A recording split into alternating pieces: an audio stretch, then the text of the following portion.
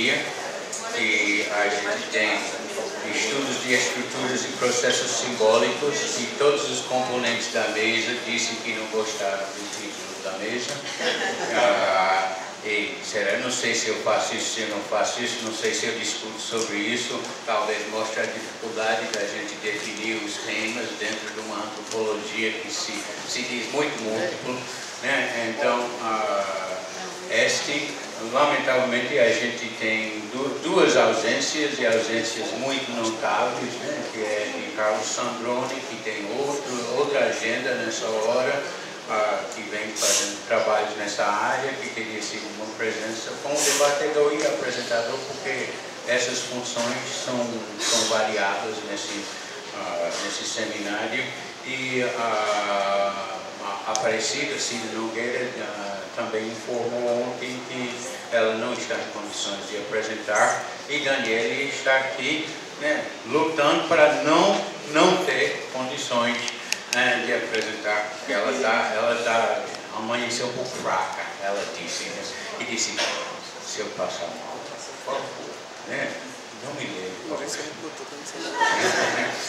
Mas isso não vai acontecer com ela, essas palavras vão trazer saúde para ela, né?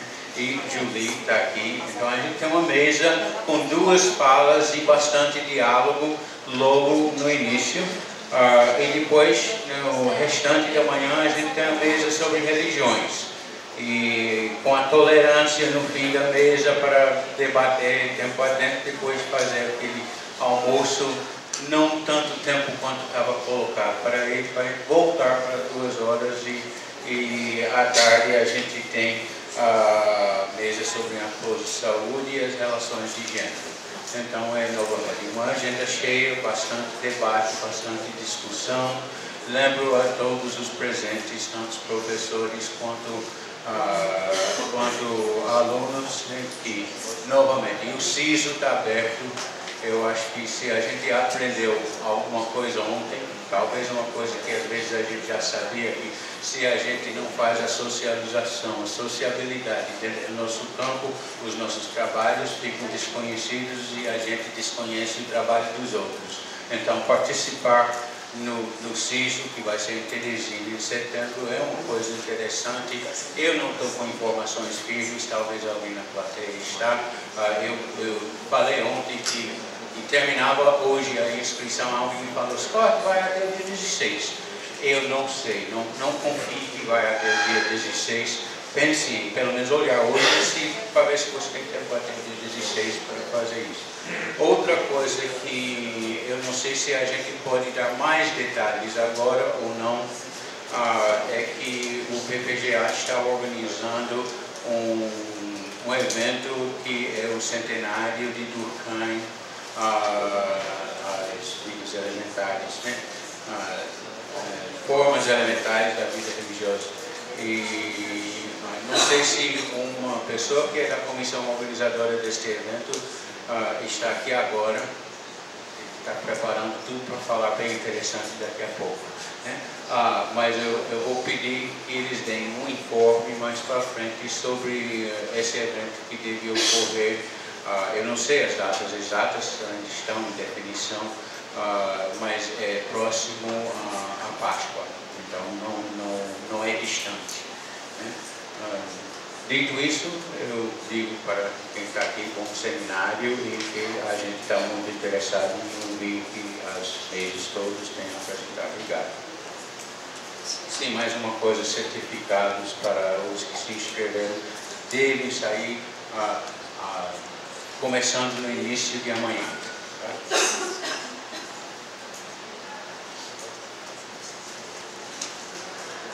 Daniele?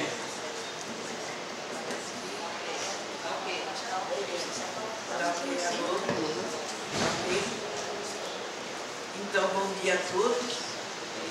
Quero dizer que estou muito feliz de estar aqui participando desse encontro de antropologia, que é sempre bom a gente poder estar com pessoas que falam a mesma língua da gente, não é? O que não acontece todos os dias. Estão me ouvindo bem, mais perto, assim, tá bom?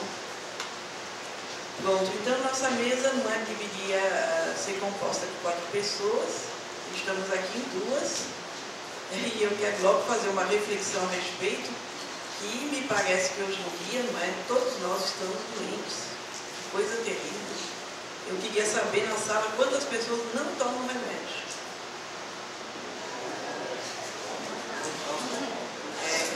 É uma pequeníssima minoria.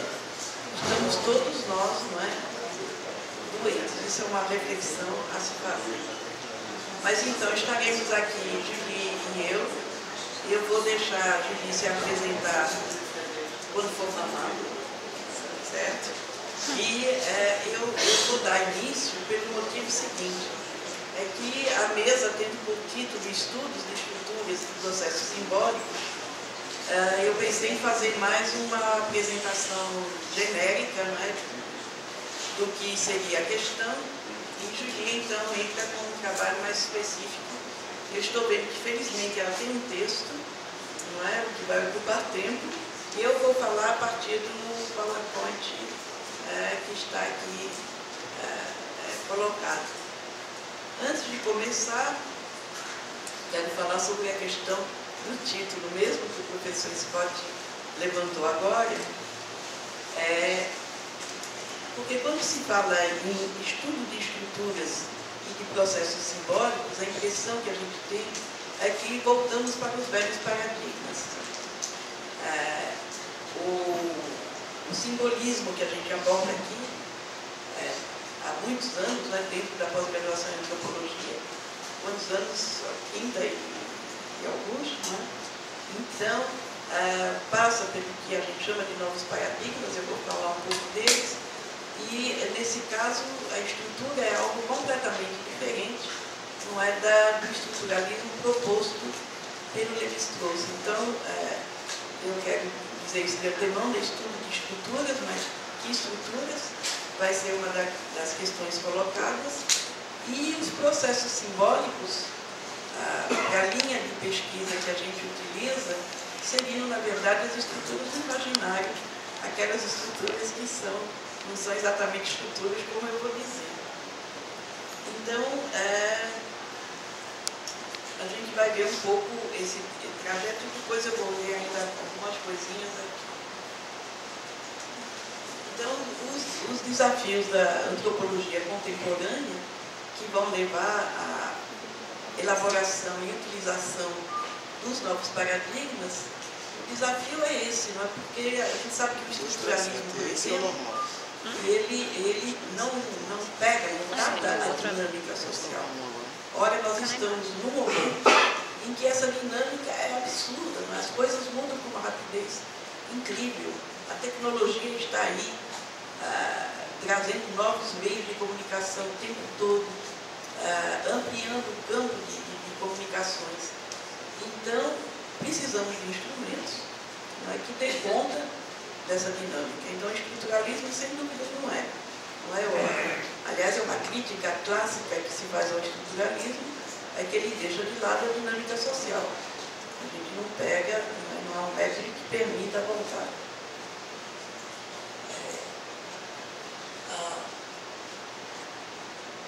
Então, a dinâmica social e a diversidade cultural, que é outro ponto que nós temos estudado, tentado estudar, né, na medida do possível, justamente a nível simbólico. Por quê?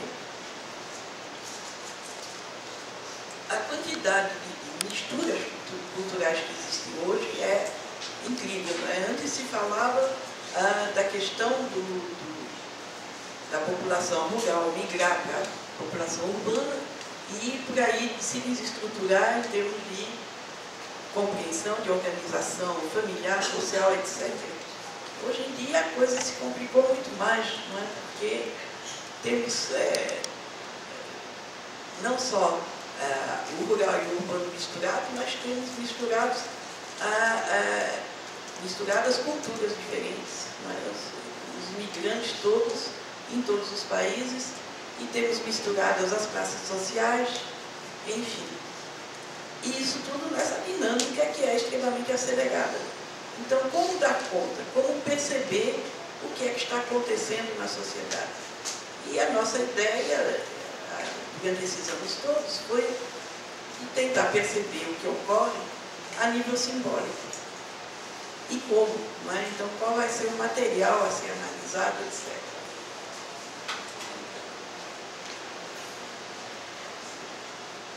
A grande proposta que vem de Bachelard e depois de Gilbert Durand é que nós temos arquétipos que são imagens universais. E eu sei toda a história que tem atrás, as críticas feitas à noção de arquétipo, mas isso a gente pode discutir depois. E esses arquétipos, eles são traduzidos a nível social por símbolos. Essa é a teoria do Durand. Entre o arquétipo, que é universal, e o símbolo, que é a expressão de uma especificidade cultural, é que se encontra toda a dimensão propriamente da cultura, entre esses dois elementos. Então, qual é a ideia, qual é o método? É que esse espaço entre o arquétipo e o símbolo dá conta da dinâmica social.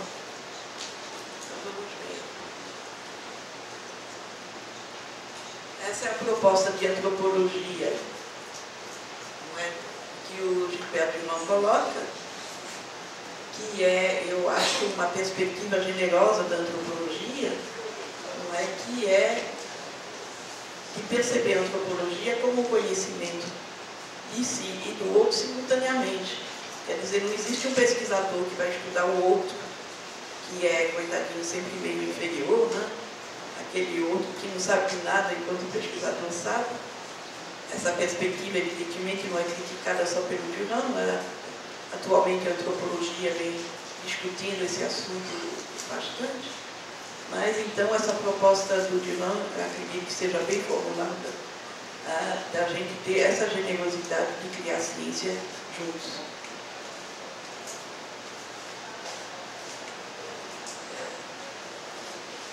Então, para tanto, vai ser a proposta, eu não posso aqui, evidentemente, resumir as estruturas antropológicas do imaginário de Gilbert Durand em 5 minutos, mas não é, ele vai propor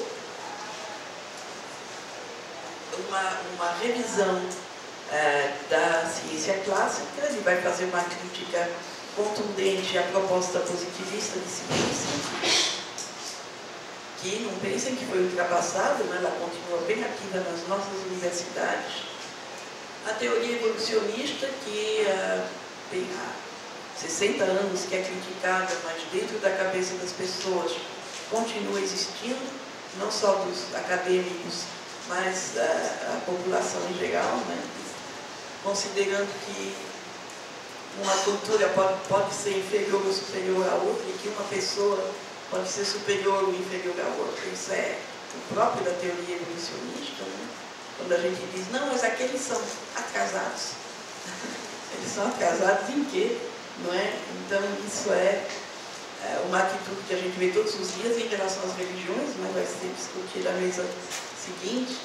Existem as religiões adiantadas e as religiões atrasadas. Então, esse paradigma evolucionista tem que ser realmente revisado fundamentalmente.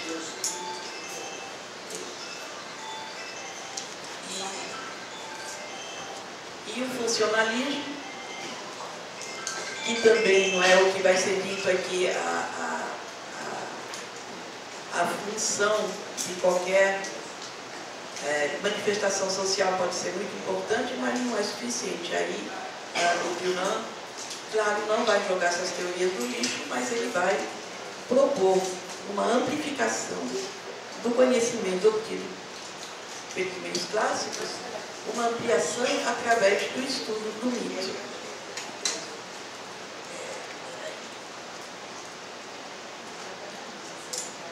Então, quando a gente fala em fundamentos míticos da vida social, muitas vezes a reação é grande. O Ocidente se arvorou, não é, o direito de dizer que os mitos eram mentiras, que os mitos não correspondiam ao raciocínio claro, binário da cultura ocidental, e que logo os mitos deviam ser jogados fora e a razão deveria predominar. Ora, acontece que isso é uma grande ilusão, não é? Porque toda cultura tem fundamentos míticos, não tem por onde, a nossa também. E eu costumo perguntar aos estudantes, os professores me desculpem se é um pouco grosseiro, mas eu pergunto aos estudantes, e por que é que vocês estão num clima tropical, estão nessa sala vestidos? Vocês estão vestidos porque existem fundamentos míticos que dizem que o corpo não deve ser mostrado, que o corpo é pecado, que o corpo é feio e que para viver em sociedade, que a prova da nossa civilização é a roupa. O que prova que os índios são inferiores é que eles andam nus, coitadinhos, não é? Então você vê que eles andam nus porque eles têm mitos que dizem que andar nu é legal, é bacana. E a gente anda vestido porque acredita que não é,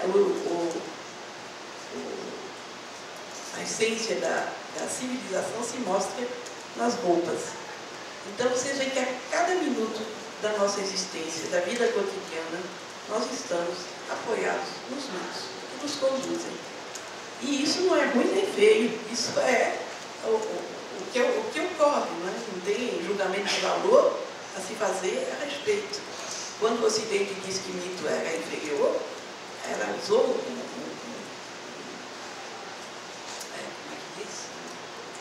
critério de valor que não tem fundamento nenhum, esse não é quantos mitos tem. Então, Gilbert Durand, que hoje tem 90 anos, não é, funda uma teoria para responder a esses questionamentos anteriores, chamada Estruturas Antropológicas do Imaginário. Então, muitas pessoas colocaram ele como estruturalista, mas, na verdade, ele faz uma crítica fundamental ao estruturalismo.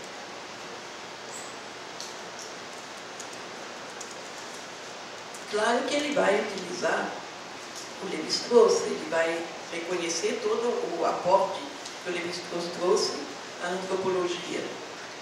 Só que ele vai criticar no Lévi-Strauss, no estruturalismo em geral, dois pontos básicos que são principalmente esse fato de não levar em conta a dinâmica das coisas e de não se debruçar sobre o significado simbólico de cada elemento. Todos aqui são antropólogos, sabem das estruturas de parentesco, etc. Então não basta dizer a relação, diz o Durand, não é? Que existe entre pai e mãe, mas também qual é o simbolismo atribuído ao pai, à mãe, e quais são os fundamentos míticos que estão atrás, senão a gente fica na superfície das coisas. Gilbert Durand, então, finalmente saiu em português, né? Demorou, foi publicado esse livro, que é Ciências do Homem e Tradição, aonde ele propõe um novo espírito antropológico. Então, esse novo espírito antropológico é que vai se basear na importância dos mitos, na dinâmica social e na construção cultural.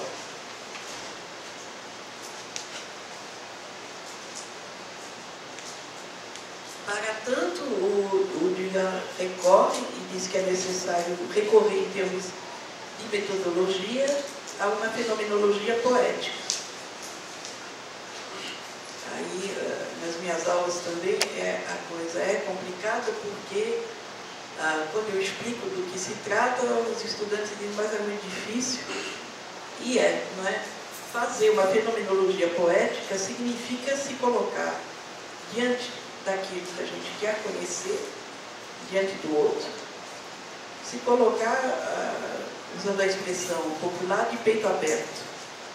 Quer dizer, não tentar colocar o outro dentro de teorias ou métodos, e vocês sabem que existe uma má ciência que prolifera por aí, que diz assim, eu fiz a minha tese dizendo tal coisa, então tudo que não cabe na minha tese eu não vejo, não tomo conhecimento, não é? E aí se faz uma péssima ciência. Mas essa aqui, então, se propõe... É um pouco a diferença que existe entre Freud e Jung. Não é? Enquanto Freud achava que a psicanálise devia ser feita de longe, que o terapeuta não devia se implicar na história do paciente, o Jung dizia não, ele tem que entrar no mesmo barco, e seja para o que der e vier. Então, esse tipo de ciência tem a mesma perspectiva. Eu não vou estudar o outro separado de mim, mas nós vamos entrar juntos no mesmo barco para criar ciência. Não é? E isso é perigoso, evidentemente. Não é? De qualquer maneira, em qualquer campo, mesmo no campo clássico, quando a gente sai para o trabalho de campo, nunca volta o mesmo. Não é? Mas nesse campo aí, piorou, vamos dizer assim, né? Porque a gente arrisca, a gente vai se envolver afetivamente para compreender o outro na sua emoção, na sua maneira de ser, nos seus fundamentos.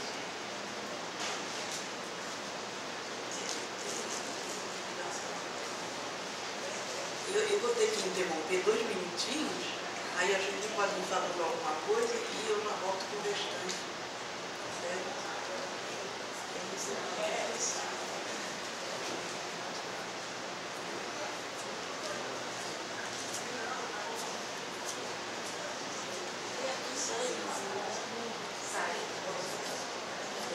Não, aí não.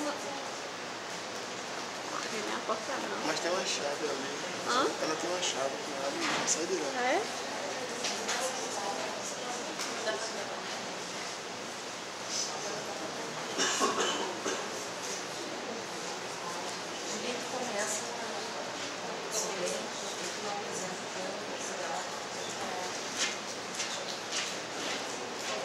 Então, eu vou para... Alô? Em cima. Bom dia. Então, eu vou fazer Eu vou começar, então, a minha apresentação. Na verdade, a minha apresentação, ela vai ser feita em relação ao que a Daniele está apresentando. Então, ela está um intervalo, e aí a gente vai falar de estruturas, mas que não são as mesmas estruturas, né? De Daniele, são as estruturas do estruturalismo, que a minha formação é mais do estruturalismo aristoteliano, né? E assim, eu intitulei minha apresentação A Fuga dos Paradigmas, e poderia ser um subtítulo agora que me ocorreu, né, escutando Daniele, é que a fuga dos paradigmas, ou tentando repescar as estruturas. Né? Então vamos ver se primeiro a gente consegue acessar as estruturas. E assim, quando eu, né, como o Perry Scott estava falando, eu não sabia muito bem o que eu ia fazer. Né?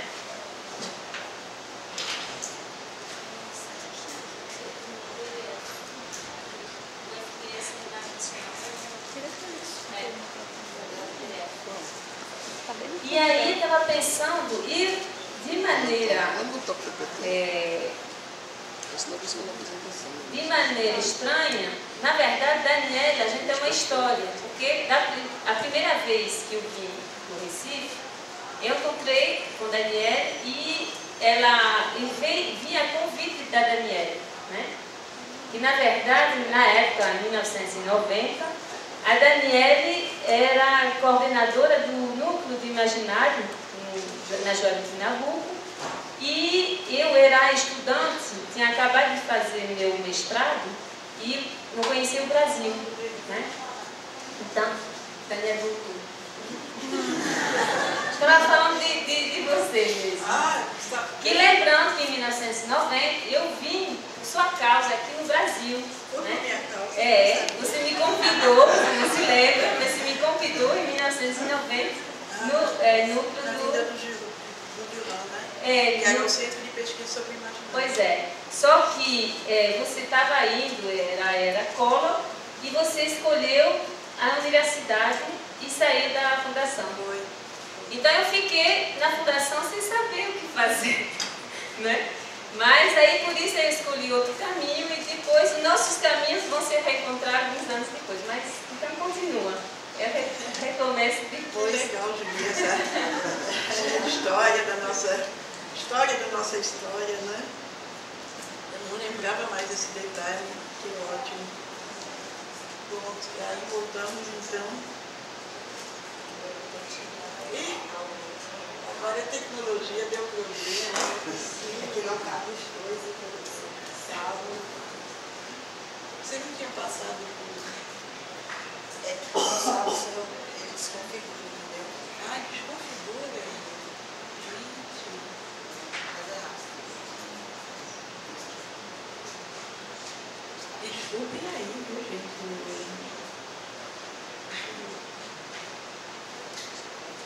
Bom.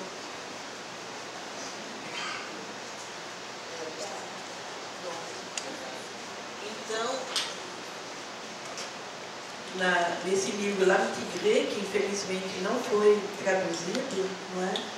O Gilberto Junot vai propor um novo método.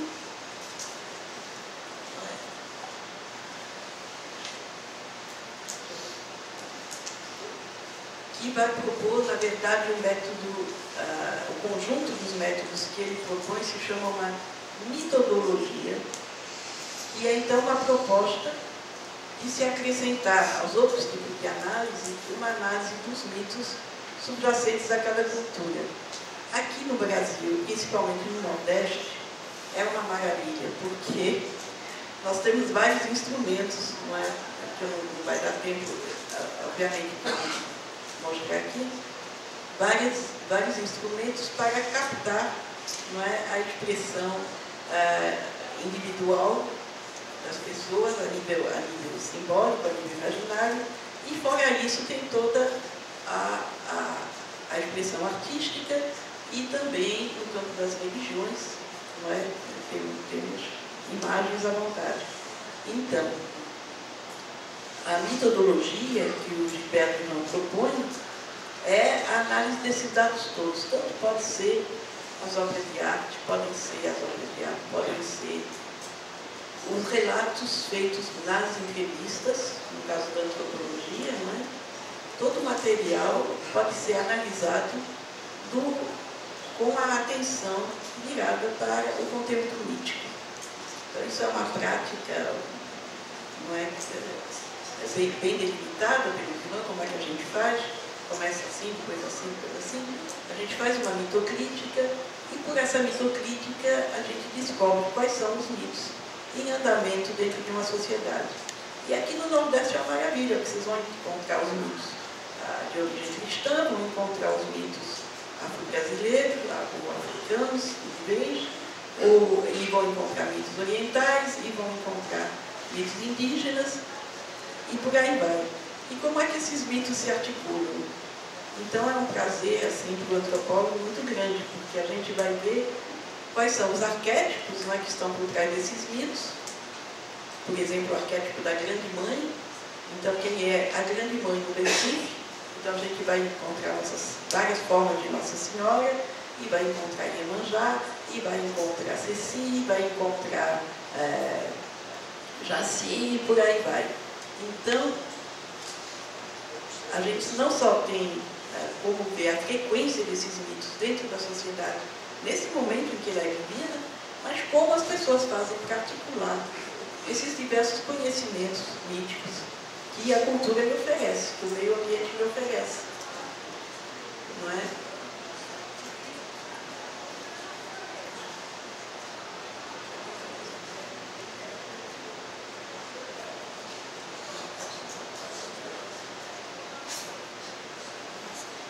Então, essa é a outra proposta do Gilberto Junot, é que o símbolo, não é? Ele vai dizer que o símbolo, ele só é significativo dentro de um contexto. Vocês conhecem aqueles livros de sonho, não é? Você sonhou com uma casa, quer dizer que você está com falta de proteção. Sonhou que perdeu os dentes, então não sei o que lá. Não é assim que funciona a coisa, vai dizer o Junot. O símbolo só é significativo dentro de um contexto. de um contexto histórico, de um contexto político, de um contexto cultural, etc. Então, para se fazer uma boa antropologia, é um trabalho, viu? Que a gente tem que levar em conta todas essas dimensões, que não são poucas. A grande dificuldade de se ler o Gilbert Durand é essa, né? Porque ele utiliza conceitos da medicina, de história, de psicologia, de psicanálise, de sociologia, etc. Enfim. E o pobre do leitor tem que correr atrás para ter conhecimento disso tudo, não é uma coisa fácil. Mas, essa definição, já que a Julie estava falando de nossos processos históricos, né? Quando eu comecei a fazer antropologia, estudante, não sabia o que era, eu achava exatamente isso, que a gente ia começar pela biologia. Poxa, eu tenho que saber como é que o homem funciona, não é? E depois que eu cheguei em ciências humanas nenhuma, não é? Só as desumanas é que estudam a parte biológica do homem, as humanas não querem nem saber. Enfim, tem todas as propostas agora atuais que já fazem a junção e as pontes entre as ciências. Então, qual é a grande diferença do estruturalismo, a crítica que eu fazia de início ao título, entre o estruturalismo e a proposta do Durand? É que, para Durand, a estrutura é uma forma transformável. Isto é, a estrutura é uma dinâmica, ela não é estática. É a grande diferença com o Lévi-Strauss. A estrutura do Durand é a proposta, não é, de si. Quando a gente procura uma estrutura, na perspectiva do Durand, a gente procura qual é a dinâmica que organiza as coisas a nível cultural ou a nível social. Isso é bastante minucioso para se fazer, não é? Por exemplo, um dos grandes pontos que o Durand vai destacar depois do Bachelard é que você não pode nunca se ater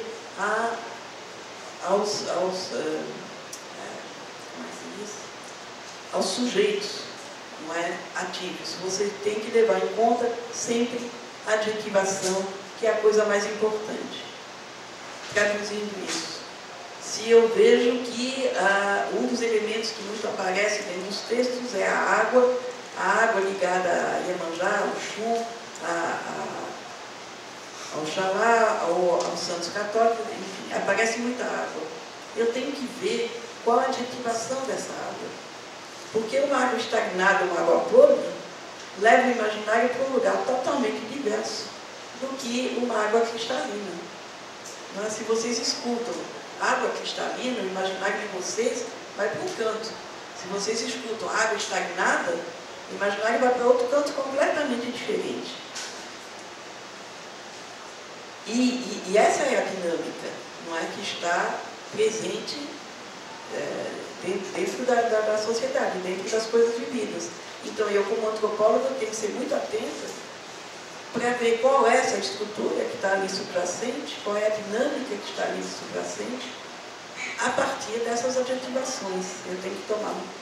O trabalho tem que ser muito minucioso, não é, para se perceber as nuances daquilo que é expresso. É muito diferente, eu conto essa história porque me marcou muito,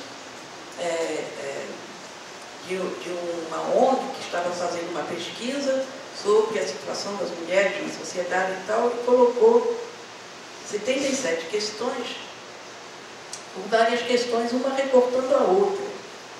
Por exemplo, perguntava: quando é que você teve o seu primeiro caso amoroso? Aí dizia, mais adiante dizia: o seu primeiro caso amoroso foi quando você ainda morava com os pais. Enfim, havia uma porção de questões que era uma para recortar a outra, para não deixar ninguém mentir. Entendeu? Isso é a ciência clássica, objetiva, não é? Mas acontece que a cultura, por exemplo, pernambucana, ela nunca é clara. Isso faz parte da cultura pernambucana. Então, se eu obrigo a pessoa que está fazendo a entrevista a ser lógica, dentro de uma lógica binária, eu passei pelo lado da cultura dela. Joguei fora a cultura dela. Não pode, não é? Se a pessoa é contraditória, isso é um dado cultural. Eu não posso obrigar ela a ser lógica dentro de uma lógica binária de sim ou não. Não é? A pessoa, possivelmente, a dinâmica da pessoa são os meandros. Então, se eu jogo os meandros fora, eu fico com o quê? Vocês veem a diferença de perspectiva de abordagem. Essa dinâmica, então, ela se traduz, ou essa estrutura, pelo que o Durand chama de estrutura do imaginário, o trajeto antropológico. Não é? O trajeto antropológico é uma noção chave dentro da obra do Durand. A definição está aí, eu não vou ler, não é? E o que esse trajeto antropológico significa? O Durand vai dizer que existe um diálogo constante entre o que é dado ao ser humano, que é o meio social, o meio cósmico, não é? Aonde ele nasce, onde ele chega, o meio familiar, etc., e o indivíduo, que sempre traz consigo já sensibilidades, tendências próprias. Então, ele vai dizer que tanto um como o outro se modificam simultaneamente. O indivíduo que chega vai modificar o seu meio e o meio vai modificar o indivíduo, ou formar o indivíduo. Então, existe um diálogo constante, não é? A nível do imaginário, entre o que é dado ao indivíduo e o que ele faz, não é? A atividade dele como pessoa. É uma teoria, essa do imaginário, que responsabiliza muito o indivíduo, não é? Porque, por exemplo, as teorias freudianas, como foram divulgadas e compreendidas pelas pessoas em geral, desresponsabilizam o ser humano. Não, é só assim porque papai, porque mamãe, porque a sociedade, não é? Aí a gente encontra aí milhões de desculpas. Na teoria proposta pelo Durand, não. A atividade do indivíduo, a cada minuto, influencia a sociedade como um todo. Então, ele calou-se, é responsável por ser calado, falou, é responsável pelo que falou, porque ele vai modificar o meio, não é? A atividade dele.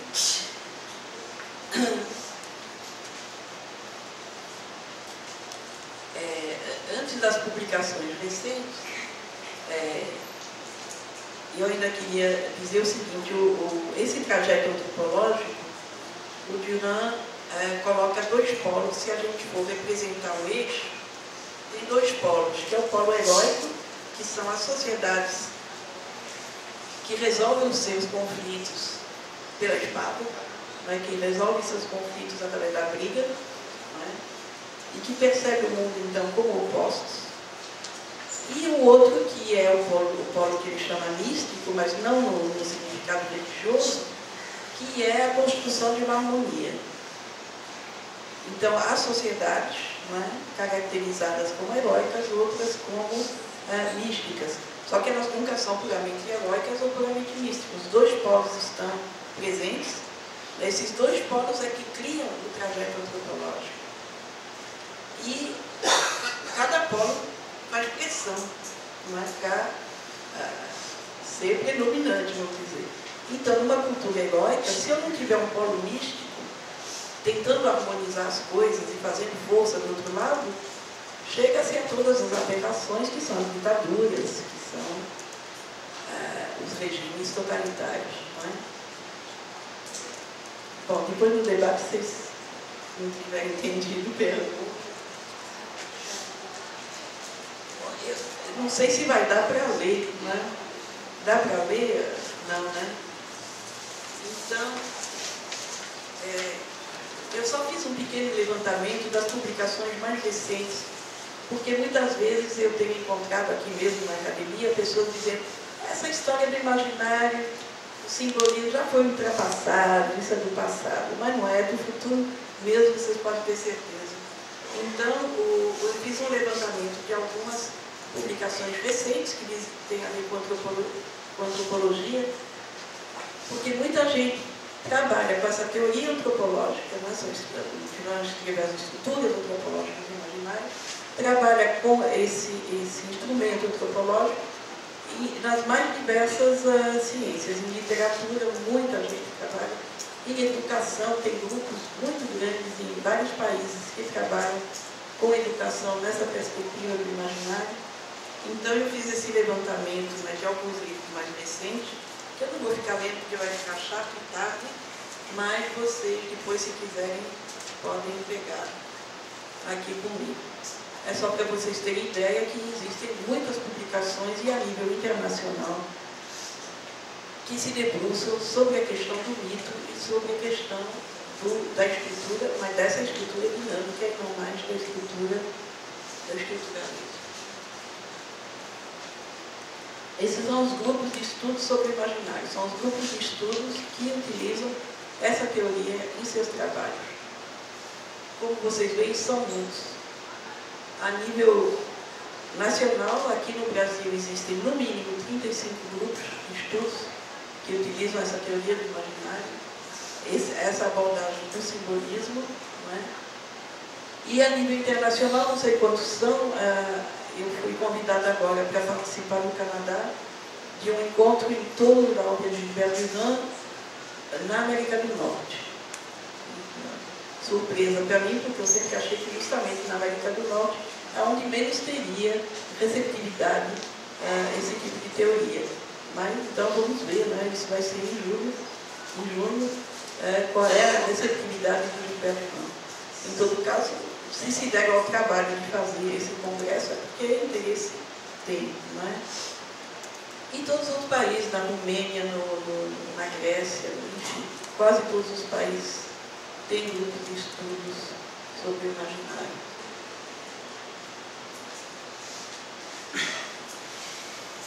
Então, o novo espírito antropológico, segundo Gilbert Durand, né, começa por essa orientação, não é, que obrigatoriamente,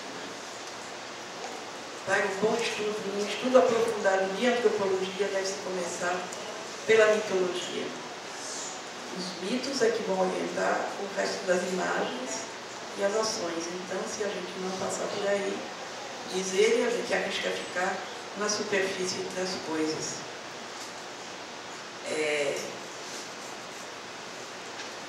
A nível prático, de metodologia, o pesquisador, o antropólogo, só tem acesso ao símbolo.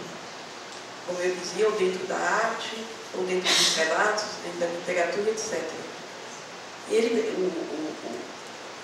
A mitocrítica é que vai fazer remontar desse símbolo para o arquétipo e vai permitir, então, observar qual é a dinâmica que organiza esses símbolos.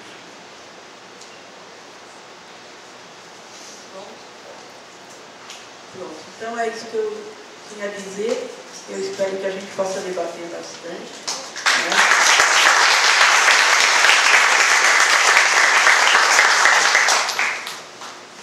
Bom, então vou retomar a conversa. Eu esqueci de me apresentar, sou a Julie Cavignac, sou professora da UFRN e agora coordenadora do programa de pós-graduação em Antropologia Social. E assim, quero reiterar primeiramente os meus agradecimentos a Daniele, né, porque Daniele é uma figura que tem uma generosidade intelectual muito grande, né, se vê pela quantidade de filhotes, né, que tem aí por aí fora. Né. E eu acredito que, assim, eu vou fazer uma leitura um pouquinho desordenada, né, das minhas experiências, porque, como o Paris Scott falou, eu não sabia muito bem como fazer, tem muita coisa para dizer. E eu vou partir, né, a minha leitura a partir da minha experiência. Né. E retomando um pouquinho essa história nossa, né, eu e Daniele, né, falando um pouquinho da escola francesa, né, que ontem é a escola americana, né, mas hoje é mais a escola francesa e a escola francesa do Recife, porque eu acredito que essa escola francesa do Recife é bem mais antiga, né, é mais, vamos dizer, tradicional, e quando a gente vê o percurso vários pesquisadores, né, do Roberto Mota, da Danielle, da Marion Aubry, que passou, né, que vi através dela, do Renato, do Antônio, né, tem várias pessoas que fizeram essa viagem, né, para a França, voltaram para cá.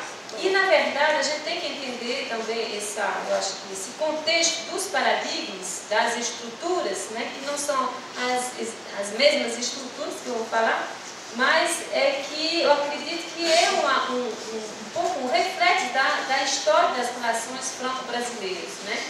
Quando a gente pensa em Lévi-Strauss, em Bastide, né, que essa presença francesa, da antropologia francesa, mesmo, aí não é para fazer propaganda, né, também para nosso livro da Miriam e do Antônio sobre a antropologia francesa, que está esgotadíssimo, mas que eu acho que está na internet, né, então vocês podem consultar, que eu acho que isso também marca algum momento, né, da história da antropologia brasileira, né? E eu acredito que a grande marca da antropologia francesa, se existe, né, é justamente essa antropologia dos processos simbólicos, né? Sistemas de pensamento, representações simbólicas, rituais, mitologia, né? Então, assim, eu vou fazer um pouquinho uma coisa assim meio maluca, né? Um pouquinho de coisa didática e um pouquinho de divagações. Eu vou começar pelos processos simbólicos. Eu não sei, eu vou dividir a minha fala em 3 momentos, né? Peraí, volta. Então eu vou começar um pouquinho falando das trajetórias nacionais dos paradigmas, né? Vou falar da minha experiência a partir das praias potiguares para o mundo e algumas experiências rapidamente de pesquisa que a gente não tem muito tempo, né? Mas assim, retomando essa ideia dos processos simbólicos, e segundo o Philippe Descola, na sua lição do Collège de France, a antropologia ela vai nascer como ciência especializada, ela vai nascer de uma necessidade de explicar um escândalo lógico, né? E explicar essa diferença entre a unidade, né, que se chama unidade do espírito humano, né, ou unidade das faculdades humanas, e a diversidade dos ritmos de desenvolvimento, né? Hoje em dia a gente falaria mais de diversidade das culturas, né? Então essa dialética ainda está presente na agenda da antropologia contemporânea, apesar dela não aparecer muito, né, nessa agenda das discussões. A gente viu, né, que a antropologia brasileira realmente é marcada pelo engajamento político, né, e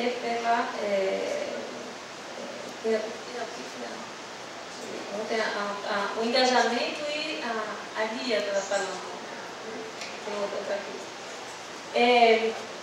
Então, a gente pode pensar que a disciplina, né, nos seus primeiros passos, a antropologia vai propor uma explicação, uma justificação das formas de pensamento exóticas que não parecem estabelecer demarcações nítidas entre humanos e não humanos. Então é por isso que a gente vai ver aparecer, né, no início da disciplina, os estudos sobre animismo, totemismo e religião, que são os grandes temas da antropologia clássica e da antropologia francesa, porque toda a antropologia francesa, desde o seu nascimento, vai trabalhar com esses processos simbólicos, e aí a gente pode encontrar essa marca até hoje, né, na produção francesa, mesmo se ela não é muito lida, né, por aí fora. No século XX, e aí passando rapidamente, né, e além de revisitar criticamente os outros paradigmas e oferecer um sistema explicativo poderoso, a teoria estruturalista vai impor uma necessidade metodológica para o tratamento do material etnográfico. O que me interessa não é retomar os legados teóricos do Lévi-Strauss, mas de ver outros aspectos que não foram muito vistos, né, pela tradição antropológica. Porque eu acredito que, além das contribuições teóricas, o Lévi-Strauss ele tem uma contribuição metodológica muito grande, além da leitura que ele vai fazer do parentesco, que é uma leitura revolucionária, né, na época, e também da leitura dos mitos, né?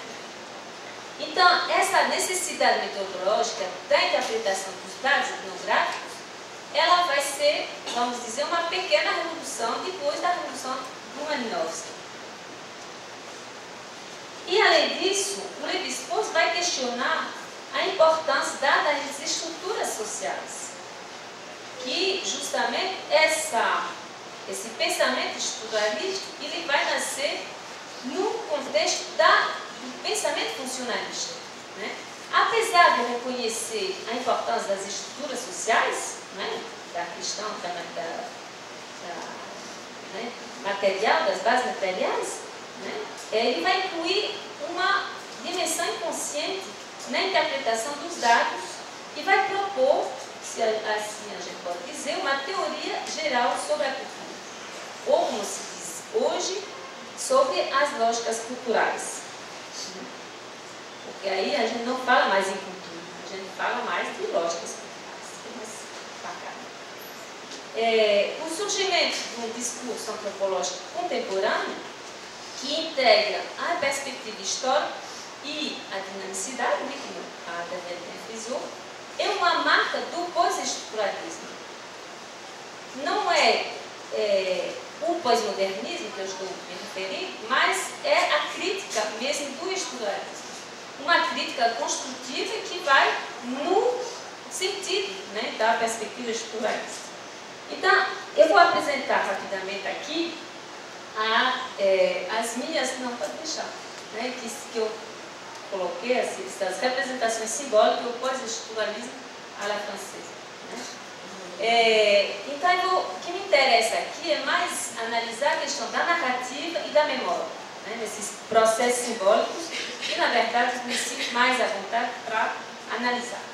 Então, se a gente segue essa pista lévi-straussiana no estudo dos textos narrativos, dos textos, dos mitos, né, a gente pode perceber, a gente pode partir do princípio, como o Lévi-Strauss vai bem dizer em vários artigos, que as narrativas orais, os contos,